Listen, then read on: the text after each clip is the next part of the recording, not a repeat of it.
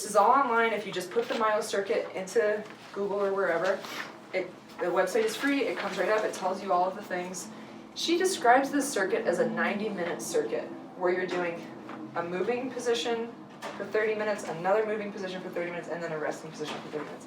I don't know anybody who has an hour and a half to be like, I'm optimizing my baby's position for labor. So what it's about in the third trimester is about finding opportunities through your day to do these movements. So the first one is anything that creates asymmetry in your pelvis. So one of the first things that you can do is side lunges. So the key with the side lunges is that your knee isn't caved in like this, but it also isn't, you know, your kneecap should be stacked over your ankle bone, not tilted one way or the other. And then your pelvis, you're rotating yourself out as forward as you can comfortably be. And then you just lunge like this. And what that does is it pushes, that creating asymmetry in the pelvis means you're making the pelvis be asymmetrical like this, and the wing of the pelvis is pushing up, which pushes on the baby's shoulder and pushes them forward to help them to be back forward. Also really good for the network of muscles in the pelvic floor to be in a good position for birth. So I am a person, I do not have an hour and a half in my day to just do exercises to try to help my baby be in a good position for labor. So some of the times that when I'm in I've had 2 pregnancies, so in both pregnancies I had good success with just finding other times in my day where I could do this. So 3rd trimester, I'm brushing my teeth, I've got my foot up on my toilet, and I'm like, side lunge, side lunge. Then downstairs, I'm waiting for my toast, get the other leg up, side lunge, side lunge. Or if I'm standing and talking on the phone, to just be aware, are there some stairs around here? Okay, yeah, let me put my foot up on my steps. I'm just talking anyway, I'm not getting anything else done. Let me do that. Other things that you can do that create asymmetry in the pelvis are to take the stairs. So, to take the stairs or even to walk sideways up the stairs. So where you're doing 2 or 3 steps at a time, find those private moments in a stairwell where you might, you know, feel, or just own it and let everybody else watch you go up the stairs or whatever you want to do. But stairs in your house, those stairs in places to take the stairs more often and when you can, sidestep. And again, it's important to stay even on each side.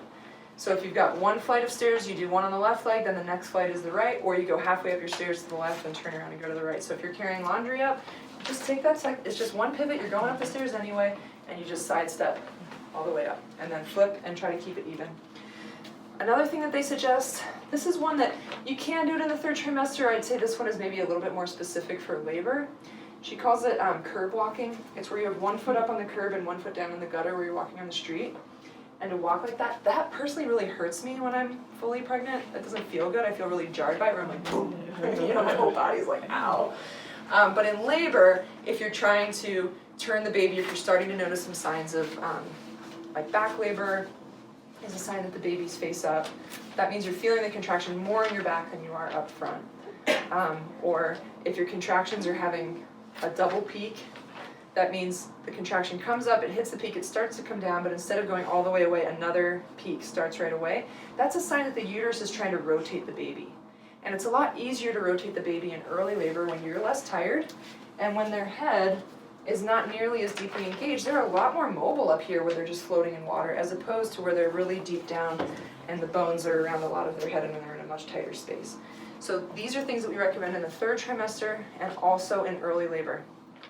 Our main recommendation in early labor is sleep as long as you can sleep. Because you can't do that later. You can do positions later, you can eat later, you can get in the shower later, you can do all those other comfort measures that you have planned later, but there comes a point in labor where you can't sleep anymore. But when you get to that point where you're like, okay, I'm not sleeping, then you get up and you do some of these exercises when the baby is still relatively high in the pelvis and they're very mobile and it's a lot easier to move them. So there's asymmetry in the pelvis for the myo circuit. The other one doesn't need much explanation.